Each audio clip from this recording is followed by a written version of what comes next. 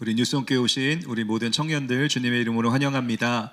이 보신 영상은 우리 교회 비전 영상입니다. 우리 크로스 비전이라고 해서 우리 CROSS 맞죠? 크로스. 이 십자가 비전. 그래서 우리가 예배하는 교회로 2025년을 달려왔고 다가오는 새해에는 기도하는 교회로 나아가려고 합니다.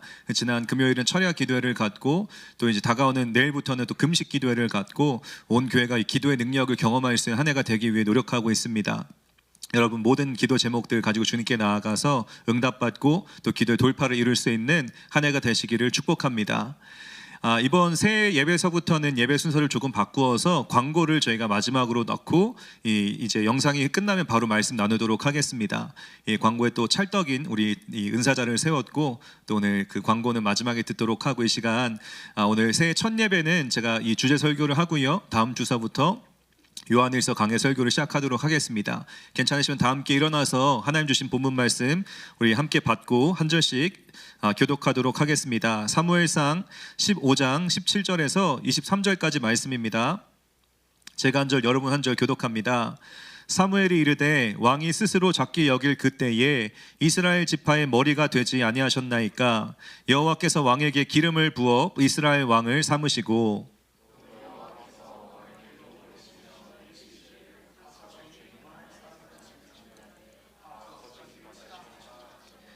어찌하여 왕이 여호와의 목소리를 청종하지 아니하고 탈취하기에만 급하여 여호와께서 악하게 여기시는 일을 행하였나이까?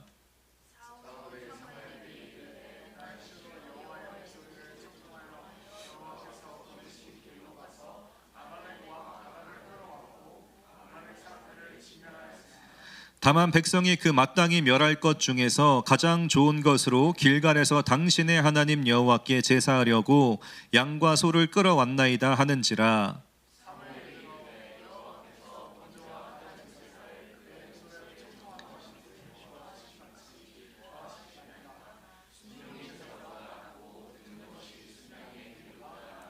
함께 읽겠습니다.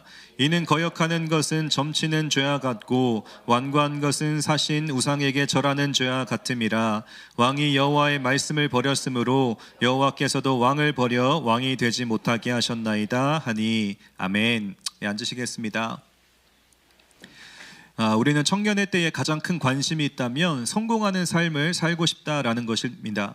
이 모든 청년들은 성공에 대한 어떤 열망을 가지고 살아갑니다. 제가 이 사전적 의미를 찾아보니까 성공이라고 하는 것은 내가 속한 사회에서 지위나 이 부를 얻는 것이 성공이다라고 기록되어 있습니다. 내가 속한 사회에서 인정을 받거나 돈을 잘 버는 것이 성공이다라고 이 사전이 이야기하는 것입니다. 세상 사람들도 각자만의 성공의 정의를 가지고 살아갑니다.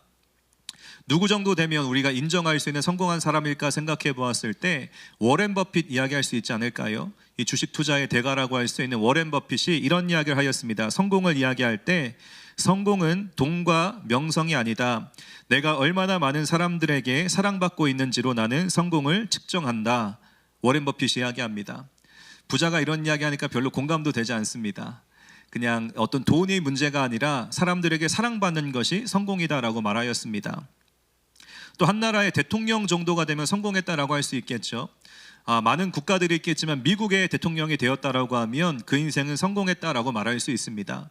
버락 오바마의 이 와이프가 되는 이 미셸 오바마가 이런 이야기를 하였습니다.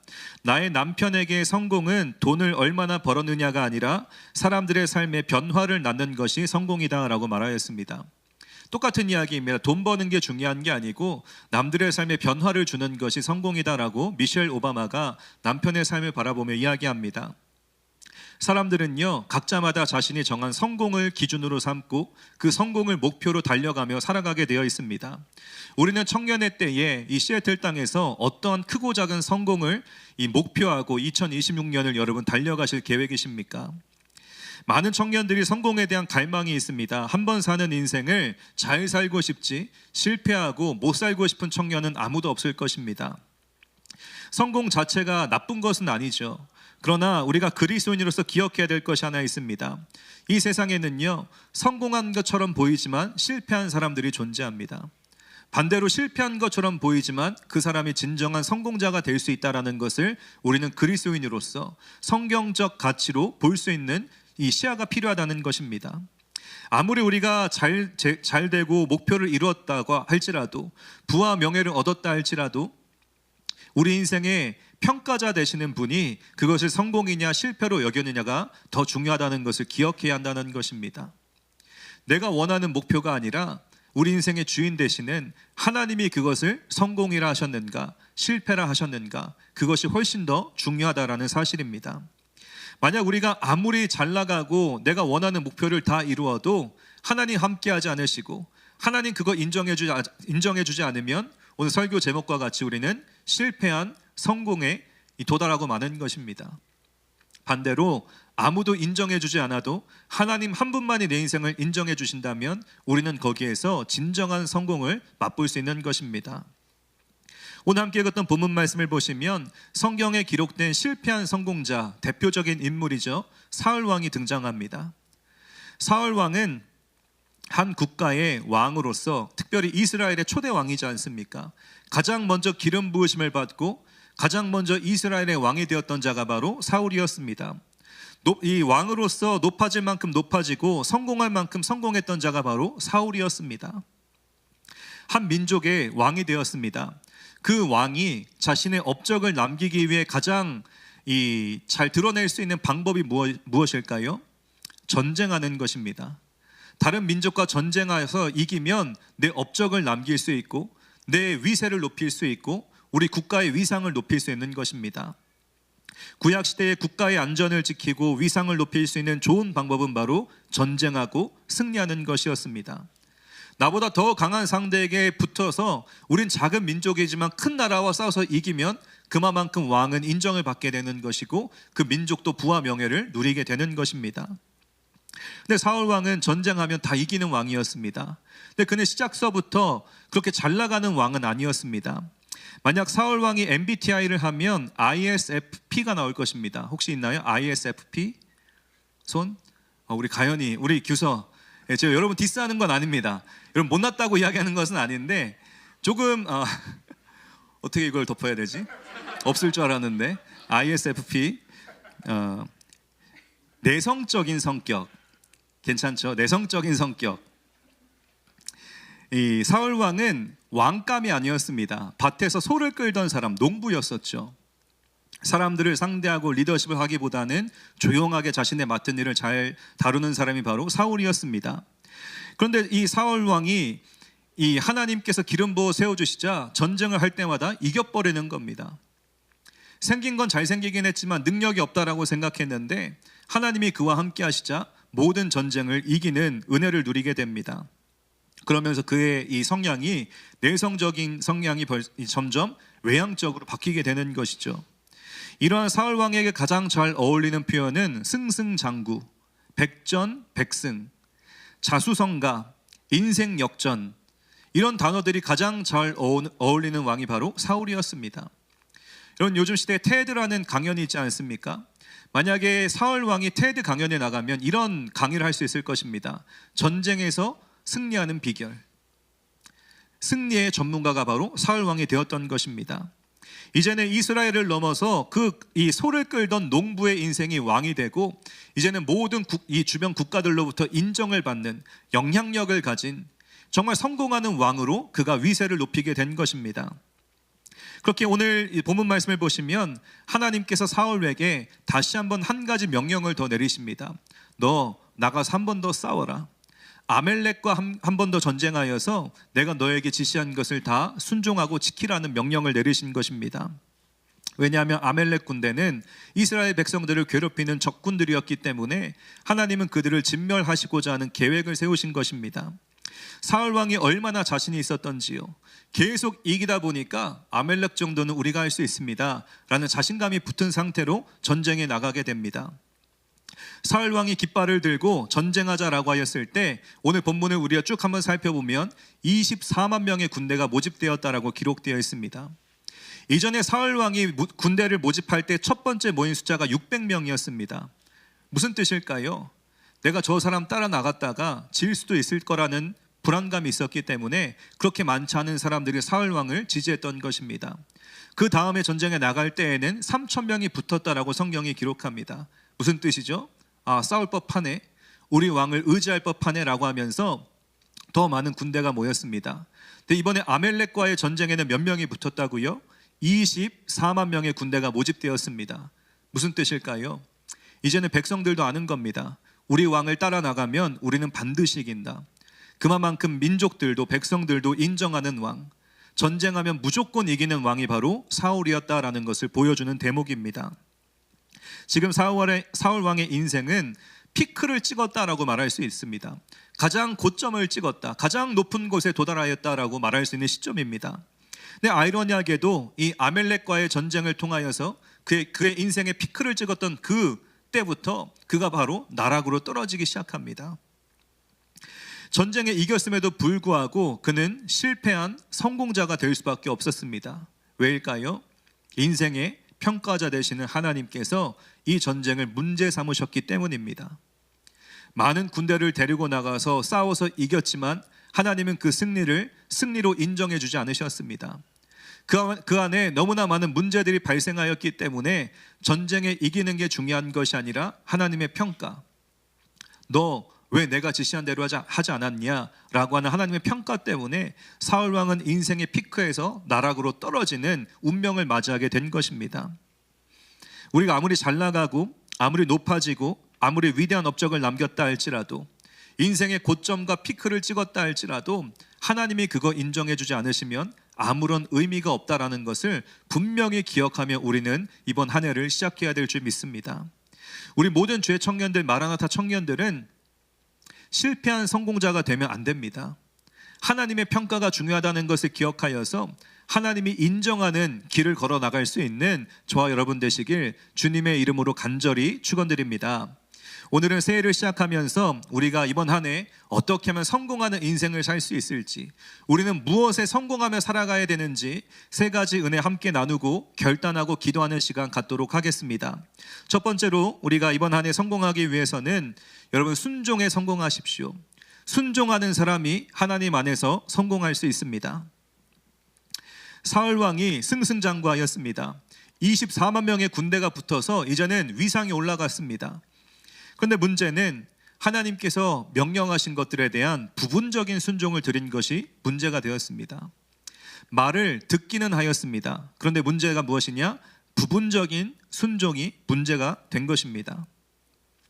부분적인 순종이라고 하는 것은요, 어느 일정한 부분은 지켜드렸지만 그 나머지 부분은 내가 마음대로 결정하고 판단했다라는 것입니다. 하나님께서 사울 왕에게 이런 명령을 주셨습니다. 아멜렉은 나의 민족들을 손대는 나쁜 자들이다. 그들을 완전히 진멸해야 된다라는 명령을 내리셨습니다. 너는 가서 아멜렉의 왕인 아각을 잡아다 죽이고 그들의 모든 소와 양과 재물들을 다 불살라 없애라고 완전한 진멸을 명령하셨습니다. 이제 전쟁을 하다 보니까 이기다 보니까 사울 왕 마음 가운데에 생각이 들어오는 것이죠. 드는 생각이 있었습니다. 아각 왕을 죽이는 것보다 산채로 잡아다 가서 우리 백성들에게 보여주면 우리의 위상이 더 올라가겠다. 그냥 전쟁터에서 죽여버리면 그 전쟁터에 있는 사람들만 그 광경을 보게 되겠죠. 근데 적수의 왕을 데려가서 모든 백성들이 보는 앞에서 그 아각 왕을 데려가면 그 사울 왕의 위상은 훨씬 더 높아지는 것입니다. 하나님은 분명히 아각 왕을 처리하라고 말씀하셨는데 산채로 그 왕을 데리고 자신의 백성들 앞으로 데리고 간 것입니다. 계속 전쟁하다 보니까 이기긴 이깁니다. 그러면서 또 한 가지 생각이 들어옵니다. 저 적수들의 원수들의 소와 양과 재물들을 불태우는 것이 아깝다라는 생각이 든 겁니다. 이거 그냥 불태우지 말고 가져가면 우리 민족에게 더 이득이 될 텐데, 이거 그냥 아까운데 불태우기보다 내가 꿀꺽하면 내 재산이 더 늘어날 텐데 라는 생각이 들면서 하나님은 분명히 소와 양과 재물들을 불살르라라고 말씀하셨지만 뒤로 그것들을 챙기기 시작합니다. 소와 양과 재물들을 뒤로 숨겨서 자신의 것인 것 마냥 불태우지 않고 그것들을 삼켜버리는 부분적인 순종을 이가 보여준 것입니다. 하나님 앞에 무엇이 문제가 되었는가? 99%까지 다 순종하였지만 마지막 1%를 드리지 않았을 때 하나님은 그것을 죄라고 인정하신 것입니다. 여러분 신약 성경을 보아도요, 부분적인 순종 때문에 너무나 안타까운 이 결말을 맞이한 사람이 등장합니다. 그는 바로 부자 청년이었죠. 부자 청년은 정말 빛나는 청년이었습니다. 마지막 그 한 가지만 드렸으면 정말 예수님께 인정받고 참된 제자가 되고 하나님 나라에 기여할 수 있는 사람이었는데, 그가 말하죠. 내가 율법을 다 지켰습니다. 이제 내가 무엇하면 좋겠습니까? 라고 예수님을 찾아옵니다. 예수님의 마지막 한 가지 1%를 요구하셨습니다. 네가 가진 것 다 팔아서 가난한 자들을 도와주어라. 그리하면 하나님의 나라가 너의 것이 될 것이다 라고 말씀하십니다. 그런데 부자 청년의 그 마지막 1%, 지금까지 다 잘 해왔지만 부분적인 순종만 드리고 그 마지막 1%를 드리지 못하였을 때, 그는 예수님을 따라가는 자가 아니라 등을 돌리고 돌아서서 주님을 떠나버리는 존재가 되고 만 것입니다. 우리는요 99%까지 잘 드릴 수 있습니다. 근데 마지막 하나 드리지 못하는 부분적인 불순종이 있다는 것이죠. 그러나 따지고 보면 그 마지막 한 가지가 사실은 내 인생에 가장 소중한 것이고, 그 한 가지 1%가 99%보다 더 좋은 것입니다. 그렇기 때문에 이것을 드리지 못하는 겁니다. 하나님은 완전한 온전한 순종을 요구하셨습니다. 그냥 적당하게 일부분만 순종하고 나머지는 자기 마음대로 하는 것이 아니라, 내가 말한 그대로, 내가 너에게 명령한 그대로, 내가 원하는 그대로 라는 것을 사울 왕에게 말씀하셨습니다. 그런데 우리가 예수님 따르다 보면요, 사울 왕에게도 그러고 부자 청년에도 그러고, 사실 저는 사울 왕의 마음이 이해가 됩니다. 우리가 만약 그 입장에 서 있다라고 합시다. 너무나 쉬운 전쟁을 싸웁니다. 그냥 손만 대면 이길 수 있습니다. 그 적들의 재물들을 우리가 가지는 게 훨씬 더 이익이지 않습니까? 이게 왜 이상한 것일까요? 이게 더 잘 되는 일인데, 아각 왕의 목을 따는 것보다 데려가서 우리 민족들에게 보여주는 것이 훨씬 더 사기를 높일 수 있는 좋은 전략이지 않습니까? 그러나 하나님은 좋은 전략을 원하는 게 아닙니다. 하나님은 내 방식대로 사는 인생을 원하시는 게 아닙니다. 전적인 순종, 온전한 순종. 부자 청년에게 요구하신 것도 너무하지 않습니까? 99%를 드렸는데 그 마지막 1% 드리지 않았다고 그가 돌아가게 그냥 내버려두는 예수님, 정말 괜찮은 것일까요? 근데 예수님은요, 우리를 부르실 때에 때로는 비효율적으로, 비상식적으로, 비논리적으로 우리를 부르실 때가 있습니다. 이해가 되지 않고 납득이 되지 않고 내가 하고 싶지 않은 방식대로 우리를 부르실 때가 있다라는 것이죠. 그러나 그리스도인의 삶은 그렇게 사는 겁니다. 때로는 비논리적으로, 비상식적으로, 비효율적으로 주님 나를 부르시면, 주님 한번 해볼게요, 내가 한번 믿음으로, 속된 말로 미친 척하고 한번 해볼게요 라고 그걸 선택하면 하나님의 더 놀라우신 뜻이 이루어진다라는 것을 우리는 살아오면서 너무나 많이 경험하지 않았습니까? 하나님은 우리에게 그 온전한 순종을 원하십니다.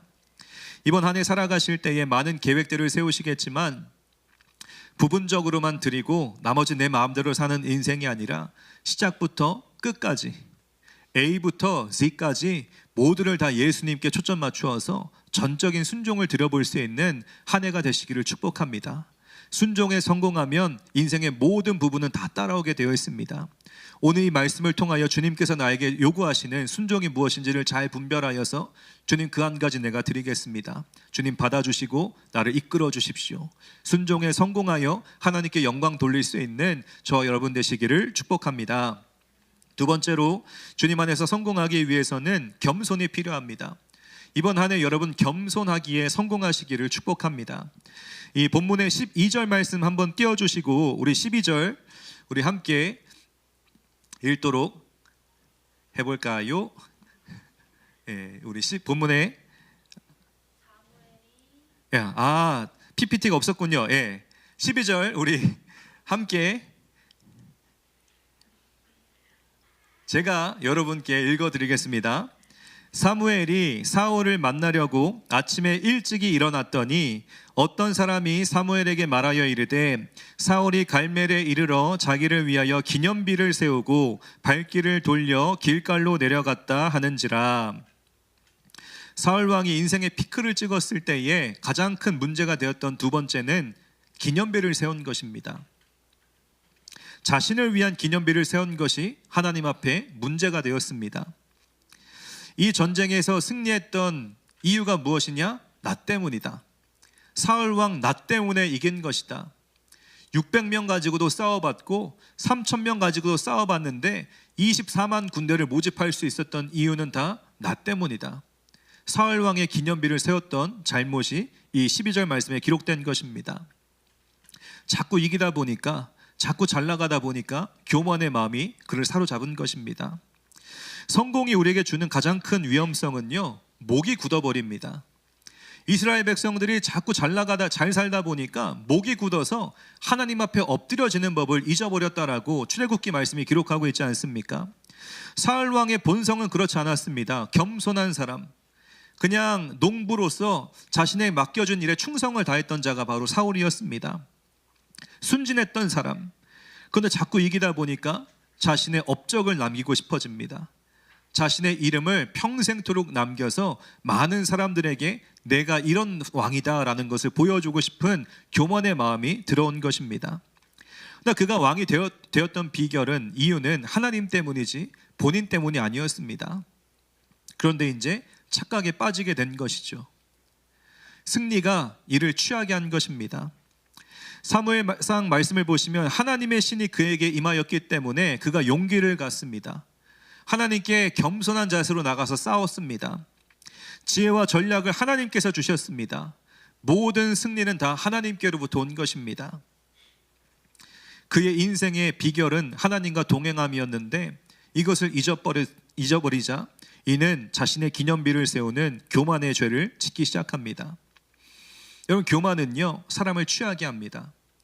인생의 성공과 잘 나가는 일이 자꾸 일어나다 보면 우리는 취하게 됩니다. 술 먹고 취하는 뿐만 아니라 우리는 그 성공과 교만에 취한다는 사실을 잘 기억해야 됩니다. 우리가 그 자꾸 교만에 취하다 보면 분별력이 사라지죠. 나 때문에 된 것인지 하나님 때문에 된 것인지 분별력이 사라지고 자꾸 나를 앞세우고 싶어하는, 나를 자랑하고 싶은 마음이 들어오게 된다는 것입니다. 여러분, 목회자가 되고 목자가 되고 그리스도인이 되고 우리가 마라나타의 이 직분을 갖고 이 성도가 되었다고 해서 이러한 성공주의에 대한 위기가 찾아오지 않는 것일까요?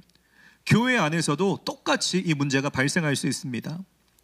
제가 LA에서 처음 이제 이 청년 사역을 시작할 때에 이제 처음 이 섬겼던 교회 안에 예배가 없었습니다. 청년들에 대한 예배가 없었고 토요일 저녁에 모여서 밥해 먹고 이 작은 모임을 하는데 17명 정도가 모이는 청년들이었습니다. 함께 이제 청년들을 섬기면서 주일 예배를 만들고 소그룹 모임을 만들고 성경 공부를 만들고 청년들과 열심히 뛰다 보니까 60명, 100명, 120명 급격하게 성장하죠. 그러면요, 집에 갈 때에 좀 피곤하긴 하지만 마치 이 마약한 것처럼 기분이 좋습니다. 뭔가 내가 잘해서 숫자가 막 늘어나는 것처럼, 숫자가 얼마나 사람을 취하게 하는지요. 사역자에게 숫자가 자꾸 늘어나면 마치 내가 뭔가 사역을 잘해서 공동체가 부흥한 것처럼 착각하는 마음이 든다는 것입니다. 그래서 막 이 공동체가 부흥하고 있다라고 하면 겸손해야 되는데 말은 그렇게 하지만 속으로 그렇지 이런 이 못된 생각이 들어온다는 것입니다. 이제 팬데믹이 터지고 이제 그 공동체 안에 가장 빠르게 흩어진 세대가 청년들이었죠. 그때 드는 생각, 우리 청년들 중에 누가 예수님 믿었었지? 누가 참된 제자가 되었었지? 숫자 놀이에 취해서 모으기에는 힘썼는데 누가 그들을 양육해 주었고 누가 그들에게 복음을 인지하게 하고 예수님을 영접하게 하고 세례를 주고 말씀을 가르치는 것 다 빠뜨리고 숫자에만 취해 있었던 그 순간들, 다 흩어져 버리니까 아무런 의미도 없는 그 숫자들. 그럼에도 우리는 사역할 때에 자꾸 그 숫자 놀이에 빠져서 유혹에 넘어갈 때가 있다는 것입니다. 마치 내가 잘해서 예배가 잘 되는 것 같고 마치 내가 사역을 잘해서 우리 공동체가 성장하는 것 같고 우리 교회만 좋은 교회라서 사람들이 오는 것 같은 착각이 우리에게 찾아올 수 있다는 것입니다. 교만은요, 교회 밖에서만 일어나는 문제가 아닙니다. 예수 믿는 우리 안에서도 충분하게 일어날 수 있는 문제라는 것을 기억해야 됩니다. 여러분, 성공주의, 숫자주의 이런 것들은 성경적으로 볼 때에 아무런 의미 없습니다. 우리가 정말 한 영혼을 맡았다면 정말 그 청년에게, 그 영혼에게 예수님 증거되었는지, 그 영혼이 예수님 믿었는지, 그 영혼이 말씀대로 살고 있는지, 그 영혼이 하나님 나라의 비전을 갖고 달려가고 있는지, 이거에 대한 관심이 필요하지 않겠습니까? 사람을 다 모아놓고 잘난 척하고 잘하는 척하고, 그러나 이 본질은 다 빠뜨려 놓은 채로 사역했을 때, 우리 주님 오셨을 때에 우리는 칭찬받을 수 있을까요? 책망받게 될까요? 우리는 잘 기억해야 됩니다. 사람은요, 누구나 다 자신의 기념비를 세우고 싶어 합니다. 나 때문에 잘 되는 것이다. 그러나 예수님은 이 땅에 겸손의 왕으로 오셨습니다. 예수님은 기념비를 세운 적이 없으셨습니다. 예수님 딱 하나 십자가를 세우셨습니다. 세상 왕들은 자신의 기념비를 세우지만 예수님은 십자가 위에서 죽어버린 왕이셨습니다. 그분이 우리가 따를 길이요, 그분이 우리가 나아가야 할 인생의 방향인 줄 믿습니다. 우리는 나 잘난 맛에 사는 인생이 아니라 예수님 위하여 십자가를 향해 나아갈 수 있는 그런 세대가 되어야 할 줄 믿습니다. 내 인생의 주인공은 내가 아니라, 나 때문에 잘 되는 게 아니라 예수님 때문에, 예수님 덕분에, 그분의 은혜 때문에 우리가 설 수 있다라고 고백할 수 있는 믿음의 공동체 되어야 할 줄 믿습니다. 성경을 보시면 여자가 낳은 자 중에 가장 큰 사람으로 인정받은 자가 바로 세례 요한이었죠. 그가 고백합니다. 주님, 나는 쇠하게 하여 주십시오. 오직 주님만 흥하게 하여 주십시오. 이 시대로 이야기하면 주님, 나는 완전히 사라지고 지워지게 하시고 주님만 드러나게 하여 주십시오. 여러분이 그런 세례 요한의 영성을 가진 세대가 되시기를 축복합니다. 세우신 가정에서, 일터에서, 캠퍼스에서, 교회 안과 밖에서, 사회 속에서 나는 지워지고 십자가만 드러낼 수 있는, 예수님만 자랑할 수 있는 세대가 되어서 이 땅 가운데 진정한 그리스도인은 누구인지, 진정한 교회는 어떠한 사명을 감당하는 공동체인지를 보여줄 수 있는, 예수님만 높이고 겸손을 추구하는 여러분 되시길 주님의 이름으로 간절히 축원드립니다. 마지막 세 번째로, 우리가 주님 안에 성공하기 위해서는 충만한 임재가 필요합니다. 여러분, 이번 한 해 성령 받기를 사모하며 성령을 간구하십시오. 그분과 함께해야 우리의 삶이 바른 방향을 향해 나아갈 수 있습니다. 우리 사무엘상 15장 11절 말씀 한번 띄워주시고 우리 마지막으로 11절에서 근거를 찾겠습니다. 읽겠습니다. 시작.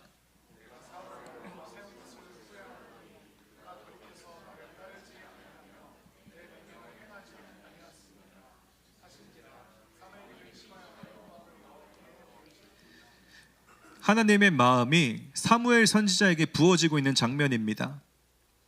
사울 왕에 대한 평가이죠. 내가 그를 왕으로 세운 것을 후회한다. 하나님의 마음입니다. 사무엘이 그 하나님의 마음을 깨닫고 기도하는 중에 얼마나 마음이 괴롭던지요, 밤낮으로 부르짖었다라고 이야기합니다. 주님, 우리 민족의 왕인데 어떻게 그런 평가를 하실 수 있습니까? 하나님은 완고하시죠. 교만했던 그를 바라보며, 기념비를 세운 그를 바라보며 내가 그를 후회한다. 사무엘 선지자는 그 중간에 서서 너무나 아픈 마음을 가지고 부르짖었던 것입니다. 그 주신 마음을 가지고 사울 왕을 찾아가죠. 하나님의 마음을 그대로 전해줍니다. 왕이시여, 당신이 하나님 말씀에 순종하였습니까? 사울 왕이 거짓말을 합니다. 당연하지, 나는 하나님이 시키신 대로 했다라는 내용이 우리 사무엘상 15장에 기록됩니다. 내가 아멜렉 군대를 진멸하였고 그들의 왕을 죽이며 모든 소산을 불태웠다라는 거짓말을 합니다. 그런데 이제 사무엘이 서 있는 그 자리에 이렇게 이야기합니다. 그렇다면 지금 들려오는 양과 소의 울음소리는 무엇입니까? 다 처리하였다면서요. 이 양소리, 소소리 어디서 나는 겁니까? 그러자 사울 왕이 구차한 변명을 늘어놓습니다. 이 동물들은, 이 가축들은 당신의 하나님을 제사하기 위하여 준비한 제물들이다. 구차한 변명입니다. 여기서 또 하나 문제가 발생합니다. 사울 왕이 하나님을 뭐라고 표현하고 있습니까? 나의 하나님이 아니요 당신의 하나님. 사무엘, 당신의 하나님께 제사 드리기 위하여 데려온 가축들이다라고 이야기합니다. 사울 왕은 어느 순간서부터 나의 하나님이 아닌 남들의 하나님, 당신의 하나님을 섬기는 자로 이 변질되게 된 것입니다. 하나님과의 관계가 끊어졌고 거리가 멀어졌다라는 것을 증명하고 있는 내용입니다. 여러분은 나의 하나님을 믿고 섬기십니까? 뉴송, 마라나타, 남의 어떤 사역자의 하나님을 섬기고 있습니까? 신앙은요, 개인적인 것입니다. 공동체가 함께 격려하기는 하지만 하나님과의 관계는 1대1로 맺는 것입니다. 뉴송교회가 좋은 교회라고 여기에 소속되어 있다고 그냥 다 구원받고 그냥 다 신앙이 좋아지는 것이 아니라 나의 하나님, 어떤 교회의 하나님, 목자의 하나님이 아니라 나의 하나님을 모실 수 있는 그런 여러분 되시기를 축복합니다. 하나님과의 인격적인 관계, 내 인생에 개입하시고 나에게 말씀해 주시고 나를 고쳐주시고 나를 치유해 주시고 나를 회개케 하시는 그 하나님을 모실 수 있는 그러한 인격적인 관계가 시작되는 한 해가 되시기를 축복합니다. 사울 왕은 더 구질구질하게 변명하고 거짓말을 계속합니다. 이 동물들을 잡아온 까닭은 백성들을 위해서다. 진짜일까요? 이거 나 때문에 가져온 게 아니라 백성들 때문에 가져온 것이다. 너무 구차합니다. 이제 자신을 탓할 수 없으니 백성들의 탓을 하는 것입니다. 여러분, 만약에 스포츠팀 경기, 어떤 축구 경기에 감독이 졌습니다. 5대0으로 졌다고 쳐요. 감독에게 인터뷰를 하겠죠. 뭐라고 얘기해야 될까요? 내 전략의 실패입니다 라고 말하면 이 다음 경기 할 수 있습니다. 근데 만약에 감독이 선수들 때문입니다, 선수들이 너무 못해서 그런 겁니다 라고 하면 그 감독은 경질돼야 됩니다.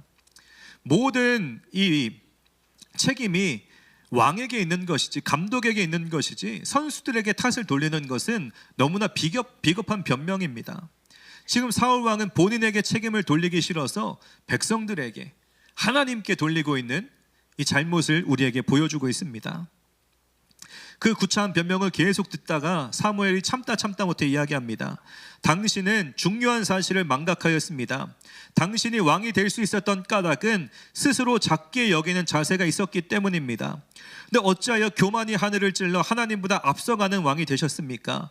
왕이 하나님 말씀을 버리셨기 때문에 여호와 하나님도 당신을 버리실 것입니다. 너무 구차한 변명을 듣다 보니까 사무엘 선지자의 마음이 화가 난 것입니다. 그만 좀 변명하십시오. 그거 다 당신이 한 거 아닙니까? 당신이 먼저 하나님 버리셨기 때문에 하나님도 당신을 버리실 것입니다. 그 화가 난 상태로 고백한 것이 22절 말씀에 또 있습니다. 우리 마지막으로 22절 말씀 우리 함께 본문의 22절 함께 읽겠습니다. 시작.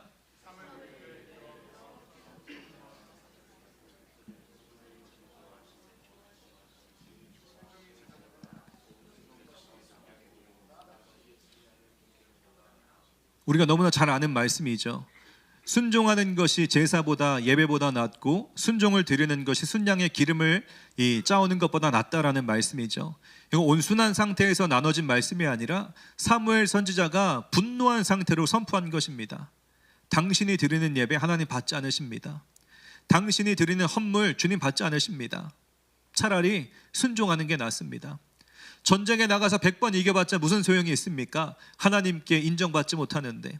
당신이 아무리 화려한 비싼 것으로 제물을 바치고 예배한다고 하여도 그게 무슨 소용이 있습니까? 하나님과의 관계가 끊어졌는데. 사무엘 선지자의 책망입니다. 순종이 제사보다 낫습니다.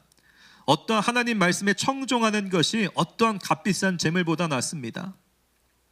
이것이 우리에게 주는 하나님의 교훈이요, 이번 한 해 동안 기억해야 될 하나님의 메시지입니다. 성공한 왕이 구차한 변명을 늘어놓고 거짓말하고 이 선지자에게 혼났던 이유가 무엇일까요? 그에게서 하나님의 영광이 떠났기 때문입니다. 하나님의 신이 그에게 임하여서 왕이 되었다라고 사무엘상 말씀이 기록하였는데 어느 순간서부터 교만이 들어오고 하나님과의 관계가 끊어지고 하나님의 신이 떠나버리자 그에게서 영광이 떠나버린 겁니다. 지금 시대로 이야기하면 성령이 소멸되어서 더 이상 성령의 사람으로 살지 못하였기 때문에 그의 인생 가운데에 거짓말하고 변명을 늘어놓고 백성들을 탓하고 하나님보다 앞서가고 기념비를 세우고 교만해지는 문제에 다 빠지게 된 것입니다. 이런 모든 문제를 우리가 겪지 않기 위해 필요한 것이 무엇이냐? 하나님의 신, 성령 안에 거하는 삶을 우리는 반드시 구해야 할 줄 믿습니다. 말을 할 때에도 성령 안에서, 생각하고 마음을 품을 때에도 성령 안에서, 인생의 결정을 내릴 때도 성령 안에서, 모든 것들을 성령 안에서 할 때에 우리는 이 안전한 바운더리 안에 거할 수 있습니다. 근데 그것을 벗어나 자기 마음대로 행하기 시작하면 우리는 하나님 앞에 실패자가 된다는 것을 기억해야 됩니다. 우리 안에 성령의 이 임재, 성령의 영광이 함께할 수 있는 비결이 무엇입니까? 날마다 예수님을 내 인생의 구원자로 인정하고 그분의 길을 따르기 시작할 때에 성령은 우리 안에 드웰링 하신다, 내재하신다라고 이야기하였습니다. 여러분, 정말 예수님이 여러분 인생의 구원자이십니까? 이거 갖고 안 됩니다. 여러분, 정말 여러분의 인생의 주인이 예수님이십니까? 그러면 우리 안에 성령이 임재하셨습니다. 성령이 우리 안에 역사하십니다. 이번 한 해 우리 교회가 기도하는 교회가 되기 원하는 까닭은요, 그 성령의 충만함을 원하기 때문입니다. 주님, 내가 실수하여서 내 생각, 내 언어, 내 판단대로 하지 않게 하여 주시고 성령을 따르게 하여 주십시오. 말을 할 때에도 성령 안에서, 예배할 때도 성령 안에서, 기도할 때도 성령 안에서, 삶을 살아갈 때도 교회 안에서만 성령 안에 거하는 것이 아니라 가정에 있을 때에, 직장에 있을 때에, 캠퍼스에서도, 나 혼자 있을 때에도 성령의 사람으로 내가 서게 하여 주십시오. 그래야 우리는 실수하지 않고 참된 성공까지 도달할 수 있게 될 줄 믿습니다. 사울 왕의 결말이 너무나 비참합니다. 왕이 하나님을 버렸기 때문에 하나님도 왕을 버릴 것입니다. 그러면 어떤 반응이 나와야 될까요? 엎드려야죠. 주님, 잘못했습니다. 주님, 나에게 다시 한번 기회를 주십시오. 회개해야 되지 않겠습니까? 사울 왕의 결말은 이렇습니다. 그렇다면 백성들과 장로들 앞에서만큼은 나의 명성을 끝까지 좀 지켜주십시오. 무슨 뜻입니까? 내가 죽을 때 죽더라도 쪽팔리지 않게 죽게 해주십시오. 내 명성을 끝까지 지키고 나는 죽겠다라고 하는, 이 사람은 지금 세상 성공에 미쳤다라는 것을 보여주는 대목입니다. 내가 죽을 때 죽더라도 백성들 앞에서 쪽팔리게 죽지 않게 하여 주십시오. 세상 성공은 사람을 미치게 합니다. 죽을 때까지도 정신을 차리지 못하고 인생의 비참한 결말이 온다는 것을 망각한 상태로 그 결말을 맞이하게 되는 것입니다. 세상의 패턴을 따르면 우리는 사울 왕이 되는 것입니다. 새해를 시작하면서 조금 부담되지만 이 말씀을 우리 청년들에게 선포하는 까닭은, 우리 새해를 정신 차리고 시작하자. 정말 우리가 그리스도인이라면, 지난 수련회 가운데 우리가 지저스 프릭스라고 하는 예수님께 미친 자라고 고백하였다면, 그냥 한번 행사 끝났다고 덮어두고 마음이 식어지고 마음대로 살아가는 것이 아니라 선포한 그대로 이 시대에 진짜 예수 믿는 사람으로, 정말 예수의 청년들로 성령 안에 거하여 그분이 인도하시는 길을 따라갈 수 있는 저희가 되어야 하지 않겠습니까? 이번 한 해 여러분 어떤 계획들을 세우셨습니까? 여러분, 기도하십시오. 주님, 내가 성령의 사람 되게 하여 주십시오. 더 이상 언어적으로, 마음의 이 품는 중심으로, 내 행동으로 실수하고 범죄하지 않도록 주님, 내가 기도할 때에 성령의 충만함을 부어주십시오. 그래야 이번 한 해 살아갈 때에 성공하는 인생, 주님 안에서 성령의 사람으로 성공할 수 있는 내가 되게 하여 주십시오. 세상의 평가가 아닌 하나님의 평가를 더 귀히 여기고 이번 한 해 그 하나님의 평가를 귀하게 받을 수 있는 저와 여러분 되시길 주님의 이름으로 간절히 축원드립니다. 기도하겠습니다.